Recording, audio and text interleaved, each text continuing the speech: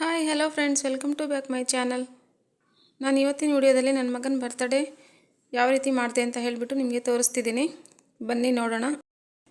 ಬೆಳಗ್ಗೆ ಎದ್ದು ಪಾಪುಗೆ ಸ್ನಾನ ಮಾಡಿಸಿ ಡ್ರೆಸ್ ಹಾಕ್ಸಿದ ಮೇಲೆ ಆ ಡ್ರೆಸ್ಸಿಗೆ ಮ್ಯಾಚ್ ಆಗೋ ಥರ ಹೇರ್ ಸ್ಟೈಲ್ ಮಾಡ್ತಾಯಿದ್ದೀನಿ. ಅವ್ನ ಕೂದಲು ಬಂದುಬಿಟ್ಟು ತುಂಬಾ ಸ್ಮೂತ್ ಇದೆ, ಹಾಗೆ ಬಿಡೋಕ್ಕಾಗಲ್ಲ, ಅದನ್ನು ಮುಖಕ್ಕೆಲ್ಲ ಬರ್ತಿರುತ್ತೆ. ಮತ್ತು ಹೇರ್ ಸ್ಟೈಲ್ ಮಾಡಿದ್ರೂ ಕೂಡ ಜುಟ್ಟೆಲ್ಲ ಹಾಕಿದ್ರೂ ಕೂಡ ಚೆನ್ನಾಗಿ ಕಾಣಲ್ಲ ಆ ಡ್ರೆಸ್ಸಿಗೆ. ಅದಕ್ಕೆ ಕರ್ಲಿ ಹೇರ್ ಮಾಡೋಣ ಅಂತ ಹೇಳಿಬಿಟ್ಟು ಅವನಿಗೆ ಕರ್ಲಿ ಹೇರ್ ಮಾಡ್ತಾಯಿದ್ದೀನಿ.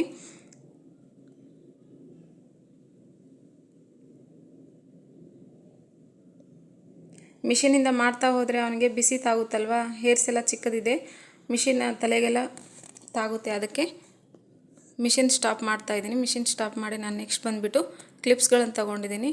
ಕ್ಲಿಪ್ಸಿಂದ ನಾನು ಅವನಿಗೆ ಹೇರ್ ಸ್ಟೈಲ್ ಮಾಡ್ತೀನಿ.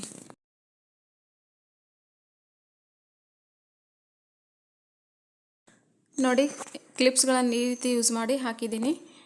ಈ ರೀತಿ ಹಾಕಿದರೆ ಕರ್ಲಿ ಹೇರ್ ಆಗಿರುತ್ತೆ ಸ್ವಲ್ಪ.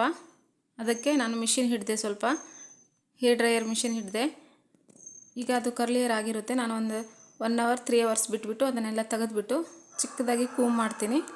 ಆವಾಗ ಅದು ಕರ್ಲಿ ಹೇರ್ ಆಗಿರುತ್ತೆ.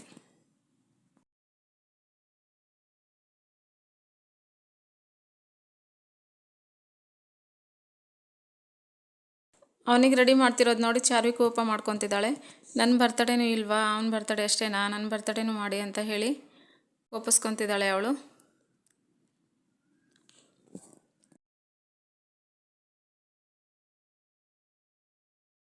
ಪಾಪುಗೆ ಎಲ್ಲ ಕ್ಲಿಪ್ಗಳನ್ನು ಹಾಕಿಬಿಟ್ಟು ತಲೆಗೆ ನಾನು ನೆಕ್ಸ್ಟ್ ಬಂದುಬಿಟ್ಟು ಅಷ್ಟೆಲ್ಲ ಬಲೂನ್ಗಳನ್ನು ಊದಿದ್ದೀನಿ ನೋಡಿ.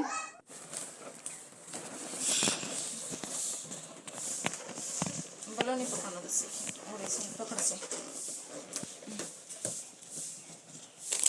ಎಲ್ಲ ಬಲೂನ್ನ ನಾನು ಬಾಯಿಂದಾನೇ ಊದ್ತಾ ಇರೋದು.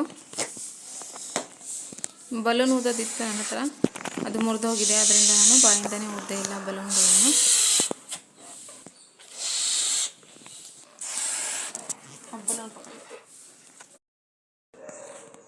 ಬಲೂನ್ ಎಲ್ಲ ಊದಿದ ಮೇಲೆ ನಾನು ಕ್ಲಿಪ್ಸ್ ಹಾಕಿದ್ನಲ್ವ ಪಾಪುಗೆ, ಆ ಕ್ಲಿಪ್ಸ್ ಎಲ್ಲ ಓಪನ್ ಮಾಡಿ ಹೇರ್ಸ್ನ ಚಿಕ್ಕದಾಗಿ ಕೂಮ್ ಮಾಡಿದ್ದೀನಿ. ನೋಡಿ ಯಾವ ಥರ ಕಾಣ್ತಿದೆ, ತುಂಬ ಚೆನ್ನಾಗಿ ಕಾಣಿಸಿದೆ, ಕರ್ಲಿ ಹೇರ್ ಆಗಿದೆ. ಇಷ್ಟು ಸಾಕು ಅವನಿಗೆ, ಯಾಕಂದರೆ ತುಂಬ ಸ್ಮೂತ್ ಇತ್ತಲ್ವಾ, ಮುಖಕ್ಕೆಲ್ಲ ಬರ್ತಿತ್ತು, ಮತ್ತು ಜುಟ್ಟು ಹಾಕಿದ್ರೂ ಚೆನ್ನಾಗಿ ಕಾಣ್ತಿರ್ಲಿಲ್ಲ ಈ ಡ್ರೆಸ್ಸಿಗೆ. ಅದಕ್ಕೋಸ್ಕರ ಈ ಥರ ಮಾಡಿದ್ದೀನಿ ಹೇರ್ ಸ್ಟೈಲ್. ತುಂಬ ಚೆನ್ನಾಗಿ ಬಂದಿದೆ ನೋಡಿ.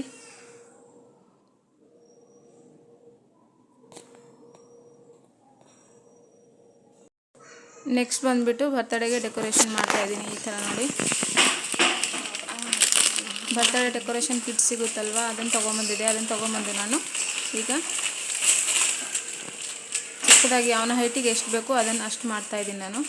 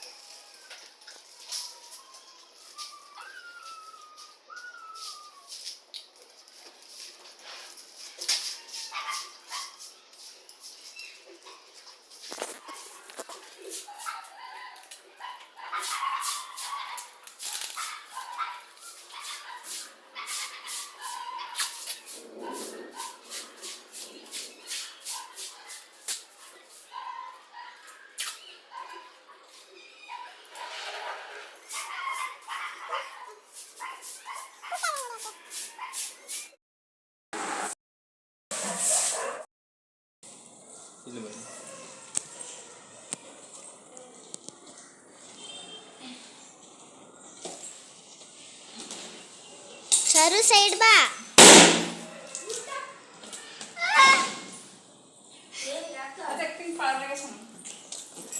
ಈಗ ಇಷ್ಟೊತ್ತಿಗೆ ಏನು ರೆಡಿ ಮಾಡ್ತಾ ಇದ್ದೀರಿ ಹುಡುಗ ಹತ್ರ? ಈಗ 4:15 ಆಗಿಲ್ಲ.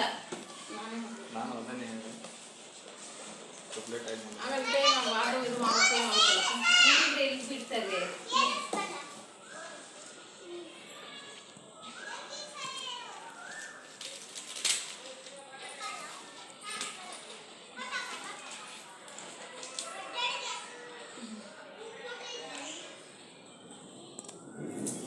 ಸಾಕಿಷ್ಟು ಹುಣಸ್ ನಿನ್ ಬರ್ತಡೇ ಬರಲ್ಲ. ಇವರಿಬ್ರು ಮಾಡ್ತಾರಲ್ಲ ಹಿಂಗೆ ಅವರಿಬ್ರು ಈ ಥರ ಡೆಕೋರೇಷನ್ ಮಾಡಿದ್ವಿ ಸಿಂಪಲ್ಲಾಗಿ. ಅವ್ನ ಹೈಟಿಗೆ ಎಷ್ಟು ಮ್ಯಾಚ್ ಆಗುತ್ತೆ ಅಷ್ಟು ಮಾಡಿದ್ವಿ.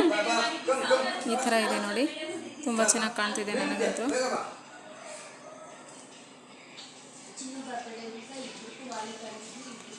ಹೊರಗಡೆನೇ ಮಾಡಿದ್ವಿ, ಓಪನ್ ಪ್ಲೇಸಲ್ಲಿ. ನೈಟ್ ಬಂದುಬಿಟ್ಟು ಈ ಥರ ಕೇಕ್ ಕಟ್ ಮಾಡಿದ್ವಿ. ಇಬ್ಬರಿಗೂ ಒಂದೊಂದು ತೊಗೊಂಬಂದಿದ್ವಿ.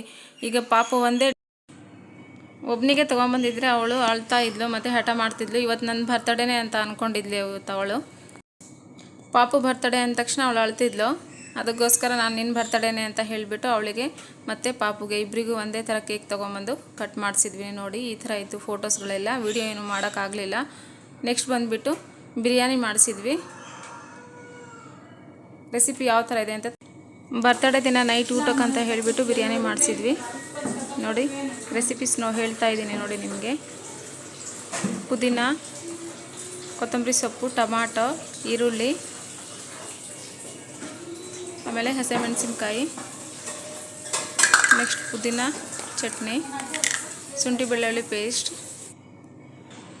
ಅದನ್ನೆಲ್ಲ ತೊಗೊಂಡಿದ್ವಿ. ಹಾಗೆ ಮಸಾಲೆಗಳನ್ನು ತೊಗೊಂಡಿದ್ದೀವಿ. ಇಲ್ಲಿ ಬಂದುಬಿಟ್ಟು ನಮ್ಮ ನಾದಿನಿ ಮತ್ತು ನಮ್ಮ ಅಣ್ಣ ಇಬ್ಬರು ಸೇರಿ ಮಾಡ್ತಿರೋದು ಇದು ಬಿರಿಯಾನಿ. ತುಂಬಾ ಟೇಸ್ಟಿಯಾಗಿತ್ತು. ಒಂದು 5 kg ಮಾಡ್ತಾಯಿದ್ದೀವಿ ಅಷ್ಟೇ. ಎಣ್ಣೆ ಹಾಕಿದ ಮೇಲೆ ಸ್ವಲ್ಪ ತುಪ್ಪ ಹಾಕ್ತಾಯಿದ್ದಾರೆ.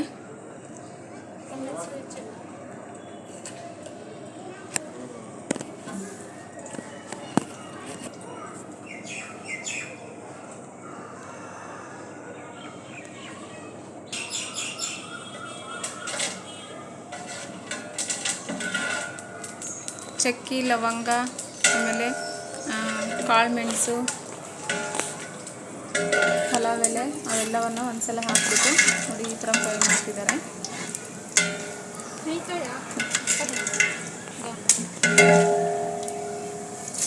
ನೆಕ್ಸ್ಟ್ ಹಸಿಮೆಣಸಿನಕಾಯಿ ಹಾಕಿದ್ರು, ಅದು ಕೂಡ ಫ್ರೈ ಮಾಡಬೇಕು.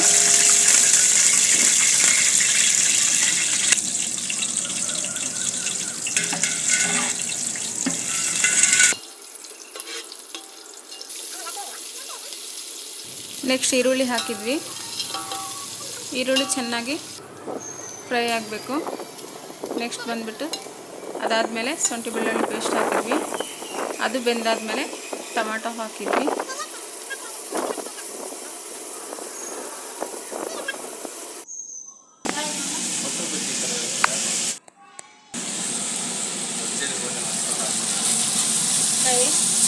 ಪುದೀನ ಮತ್ತು ಕೊತ್ತಂಬರಿ ಸೊಪ್ಪಿನ ಚಟ್ನಿ ಹಾಕಿದ್ವಿ.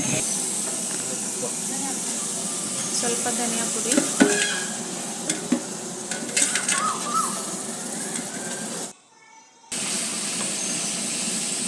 ಅದೆಲ್ಲ ಬೇಯಬೇಕು ಚೆನ್ನಾಗಿ ಬೆಂದಾದ್ಮೇಲೆ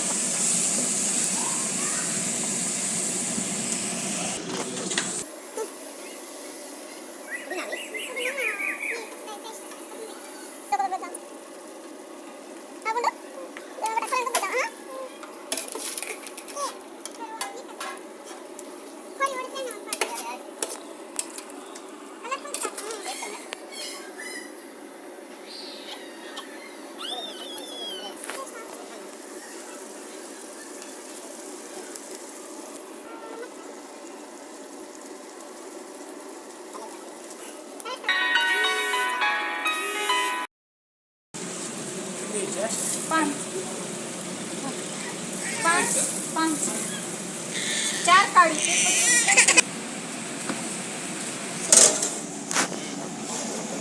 सिलेंडर हेड्स